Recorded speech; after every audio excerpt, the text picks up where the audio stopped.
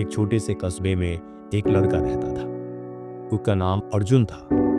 उसके पिता मजदूरी करते थे और माँ लोगों के घरों में बर्तन धोकर परिवार का पालन पोषण करती थी। घर की हालत इतनी खराब थी कि कई बार 2 वक्त की रोटी जुटाना भी मुश्किल हो जाता। गरीबी ने अर्जुन को बचपन से ही मजबूर बना दिया था। जब स्कूल जाने की उम्र थी तब किताबों और फीस के लिए पैसे नहीं थे। मजबूरी में उसने पढ़ाई छोड़ दी और कभी सब्जी मंडी में बोरे उठाता, कभी चाय की दुकान पर बर्तन धोता। धीरे धीरे हालात इतने बिगड़े कि उसने गलियों में भीख मांगना शुरू कर दिया।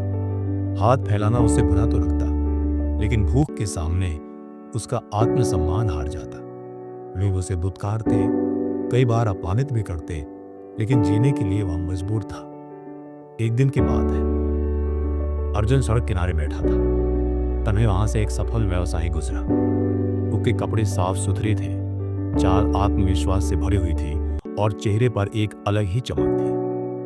अर्जुन उसे देखता ही रह गया। उस आदमी के चेहरे पर जो आत्मसम्मान और गर्व था, वही अर्जुन को भीतर तक हिला गया।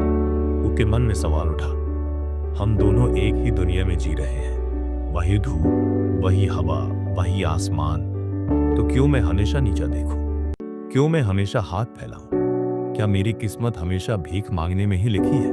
नहीं, अब मुझे अपनी सोच बदलनी होगी। यही सोच अर्जुन की जिंदगी का मोड़ बन गई। उसने उसी दिन कसम खाई कि अब कभी भीख नहीं मांगेगा। अगले ही दिन उसने छोटे मोटे काम तलाशने शुरू किए।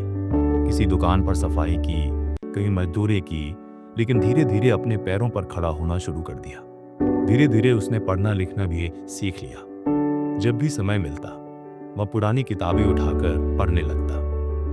मेहनत और लगन के बल पर उसने पहले एक छोटी नौकरी की और फिर अपने हुनर से व्यापार शुरू किया। सालों की मेहनत और संघर्ष के बाद वही अर्जुन, जिसे लोग कभी दुत्कारते थे, आज अपने कस्बे का सम्मानित इंसान बन गया। लोग जब उसकी कहानी सुनते तो हैरान रह जाते। वह अक्सर मुस्कुराकर कहता, गरीबी पैसों की नहीं होती, गरीबी सोच की होती है। अगर सोच बदल लो तो जिंदगी खुद बदल जाती है।